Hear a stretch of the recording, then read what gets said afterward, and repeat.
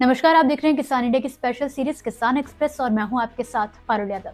चलिए बिना देर की नजर डालते हैं आज की 5 बड़ी हेडलाइंस पर। कृषि लोन लेना होगा आसान, हरियाणा में खत्म होगी कागजी कार्यवाही। किसानों को बड़ी राहत, 254 रुपए में मिलेगा 40 kilo sulphur coated urea. Budget में सब्सिडी पर ब्रेक, गैस सिलेंडर और खाद के दामों पर क्या पड़ेगा असर। बजट 2026 से 27 का बड़ा फोकस, टी बोर्ड का बजट 36% बढ़ा। बिहार में 25 नई चीनी मिलों की घोषणा, गन्ना उत्पादन को लेकर उठे बड़े सवाल। कृषि लोन लेना होगा आसान। हरियाणा के किसानों के लिए एक बड़ी और राहत भरी खबर सामने आई है।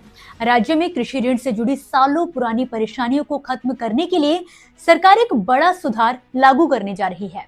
हरियाणा सरकार अब एक पारदर्शी और पूरी तरह से टेक्नोलॉजी आधारित ग्रामीण क्रेडिट सिस्टम शुरू करने की तैयारी में है, जिससे किसानों को लोन के लिए बैंक और राजस्व दफ्तरों के चक्कर नहीं लगाने पड़ेंगे। राज्य सरकार जल्द ही रिजर्व बैंक ऑफ इंडिया के साथ एक अहम समझौता करेगी।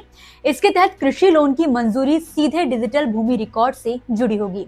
किसानों को अब सिर्फ आधार नंबर की जरूरत होगी। जमीन से जुड़ी सारी जानकारी सिस्टम खुद ही निकाल लेगा। पटवारी, तहसील और बैंक के पुराने जटिल सिस्टम को खत्म किया जाएगा। पहले चरण में किसान क्रेडिट कार्ड लोन को शामिल किया जाएगा, जहां लोन की एंट्री और भुगतान की जानकारी अपने आप जमीन के रिकॉर्ड में अपडेट होगी। दूसरे चरण में सभी कृषि और ग्रामीण लोन को इसी सिस्टम से जोड़ दिया जाएगा। इससे किसानों को तेज, सुरक्षित और पूरी तरह से पारदर्शी लोन व्यवस्था उपलब्ध हो सकेगी। वहीं बैंकों में धोखाधड़ी का खतरा भी काफी कम हो जाएगा। किसानों को बड़ी राहत। केंद्र सरकार ने किसानों को बड़ी राहत देते हुए सल्फर कोटेड यूरिया की कीमत तय कर दी है।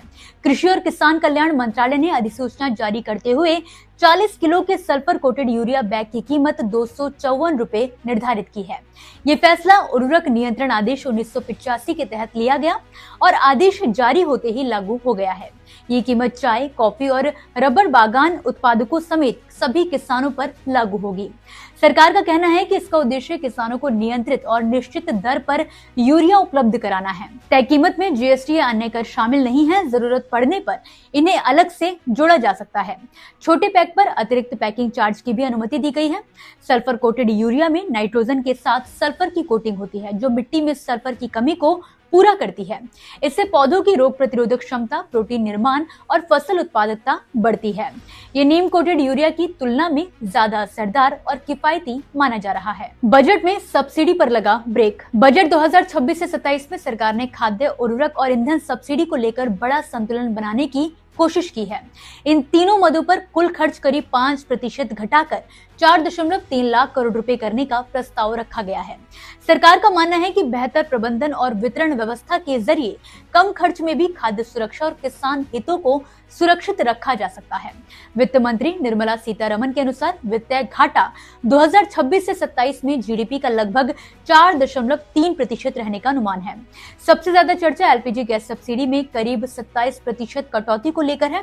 सरकार का तर्क है कि तेल कंपनियों को पहले दी गई वित्तीय मदद के बाद सब्सिडी का बोझ कम किया जा सकता है। उर्वरक सब्सिडी में बीच का रास्ता अपनाया गया है। फॉस्फेट और पोटाश पर सब्सिडी कुछ कम की गई है, जबकि स्वदेशी और आयातित यूरिया पर मजबूत समर्थन जारी रखा गया है। सरकार घरेलू उत्पादन बढ़ाकर आयात निर्भरता कम करना चाहती है। बजट साफ संकेत देता है कि सरकार धीरे धीरे वित्तीय अनुशासन की ओर बढ़ रही है। टी बोर्ड का बजट 36% तक बढ़ा। बजट 2026 से 27 चाय उद्योग के लिए एक अहम मोड़ माना जा रहा है। सरकार ने टी बोर्ड इंडिया के लिए आवंटन बढ़ाकर 380 करोड़ रुपए कर दिया, जो पिछले साल के मुकाबले करीब 36% ज्यादा है। वाणिज्य और उद्योग मंत्रालय के अंतर्गत आने वाले सभी कमोडिटी बोर्ड्स में इस बार टी बोर्ड को सबसे ज्यादा बजट मिला है, जिससे साफ है कि सरकार चाय उद्योग को रणनीतिक रूप से महत्वपूर्ण मान रही है। बीते कुछ समय से चाय उद्योग आर्थिक दबाव में है। नीलामी केंद्रों पर गिरती कीमतों से बड़े बागान मालिकों के साथ साथ छोटे चाय उत्पादक और मजदूर भी प्रभावित हुए हैं। ऐसे में बढ़ा हुआ बजट गुणवत्ता सुधार, नई तकनीक, शोध और छोटे किसानों को सहायता देने में मददगार साबित हो सकता है। बजट की एक बड़ी खासियत प्रधानमंत्री चाय श्रमिक प्रोत्साहन योजना को 2026 से 27 तक बढ़ाना है, जिससे असम और पश्चिमी बंगाल के चाय मजदूरों के जीवन स्तर में सुधार होने की उम्मीद है। बढ़ते निर्यात और सरकारी समर्थन के साथ चाय उद्योग के भविष्य को लेकर नई उम्मीद जागी है। बिहार में 25 नई चीनी मिलों की घोषणा। बिहार में एनडीए की नई सरकार बनने के बाद राज्य में 25 नई चीनी मिलों की स्थापना और 7 पुरानी मिलों को दोबारा शुरू करने की घोषणा की गई है, जिससे गन्ना किसानों में उत्साह देखा जा रहा है। सरकार का दावा है कि इससे गन्ना उत्पादन बढ़ेगा और किसानों को बेहतर बाजार मिलेगा। हालांकि इन घोषणाओं के साथ कई सवाल भी खड़े हो रहे हैं। बिहार राज्य गन्ना किसान मोर्चा के अध्यक्ष अशोक प्रसाद सिंह का कहना है कि इतनी बड़ी संख्या में चीनी मिलों को चलाने के लिए राज्य में पर्याप्त गन्ना उत्पादन फिलहाल मौजूद नहीं है। उनके अनुसार करीब 34 मिलों के लिए लगभग 8 लाख हेक्टेयर में गन्ना खेती जरूर होगी, जबकि अभी सिर्फ 2,37,000 हेक्टेयर में ही गन्ने की खेती की जा रही है। वहीं राज्य सरकार गन्ना उत्पादन बढ़ाने पर भी काफी जोर दे रही है।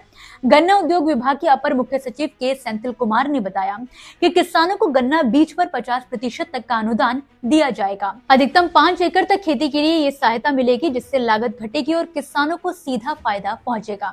साथ ही सभी गन्ना किसानों के पंजीकरण के निर्देश भी जारी कर दिए गए हैं। तो दोस्तों, इसी के साथ किसान एक्सप्रेस की 5 बड़ी खबरों में फिलहाल के लिए बस इतना ही। आप मुझे दीजिए इजाजत और इसी तरह खेती किसानी से जुड़ी जरूरी खबरों और जानकारियों के लिए आप देखते रहिए किसान इंडिया। धन्यवाद। अगला स्टेशन आपकी मनचाही मंजिल खुशहाली है। खुशहाली के दरवाजे चारों ओर से खुले रहेंगे। किसान इंडिया के साथ यात्रा करने के लिए आपका धन्यवाद।